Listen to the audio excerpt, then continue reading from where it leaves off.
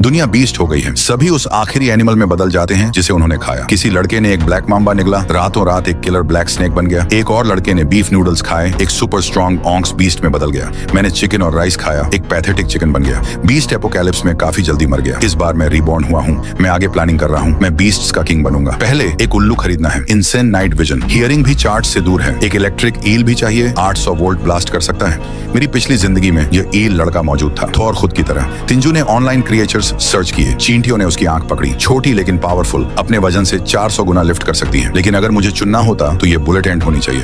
Bullet ants build different है। पृथ्वी पर top 10 सबसे वेनोमस, पावर और स्पीड चेक, लेकिन डिफेंस ट्रैश है। एक स्क्रैच और तुम डन हो। मेरे शरीर को स्टील जितना हार्ड बनाना होगा। Ultimate defence tardigrade. Tardigrades basically immortal हैं, केवल तभी मरते हैं जब सूरज एक्सप्लोड होता है। प्लस वे हर जगह हैं, वर्ल्ड वाइड पाए जाते हैं। पाना आसान है, लेकिन यहाँ प्रॉब्लम है। ये चीजें स्पेस में सर्वाइव करती हैं। मैं इन्हें कैसे मारूं, फिर इन्हें कुक करूं? ऑनलाइन कुछ इन्फो मिली। रिसर्च कहता है कि ये सिंपल है। यूवी स्टेरिलाइजेशन काम करता है, 15 मिनट ट्रिक करता है। हीट भी काम करती है। स्टीम या डायरेक्ट फायर दोनों उन्हें मार देंगे। इस इन्फो के साथ आर्म्ड होकर किंशु काम पर लग गया। फेट बदलने के लिए 3 दिन बचे। हर सेकंड काउंट करता है। परफेक्ट बीस्ट मील प्रेप करो। वो फार्म्स के चारों ओर गया, मॉस इकट्ठा करने के लिए जंगलों में। मॉस इकट्ठा करते समय आगे कुछ मूव हुआ। एक 4 इंच प्लैनेरियन वर्म। वेट, मैं इस चीज को जानता हूँ। पागल रीजनरेशन पावर्स खुद को हील कर सकती हैं, लिम्स रीग्रो कर सकती हैं। अगर मैं उस एबिलिटी का इस्तेमाल कर सकूं तो मैं अनस्टॉपेबल हो जाऊंगा। उसने जरूरत की हर चीज इकट्ठा की, घर गया और वर्म को जिंदा रखा। फिर मॉल में यूवी स्टेरिलाइजर लैंप खरीदने के लिए अपनी बाइक चलाई। मैंने कई ब्रीडर्स से संपर्क किया। अगर वे सभी ट्रेड करने के लिए सहमत होते हैं तो मुझे उल्लू और बुलेट एंट्स मिल सकते हैं। ये सब संभालने के बाद शाम लुढ़क गई। डार्क होने से पहले तिंचो ने स्कूल से एक माइक्रोस्कोप उधार लिया। Beakers, flasks, droppers, lab equipment पकड़ा।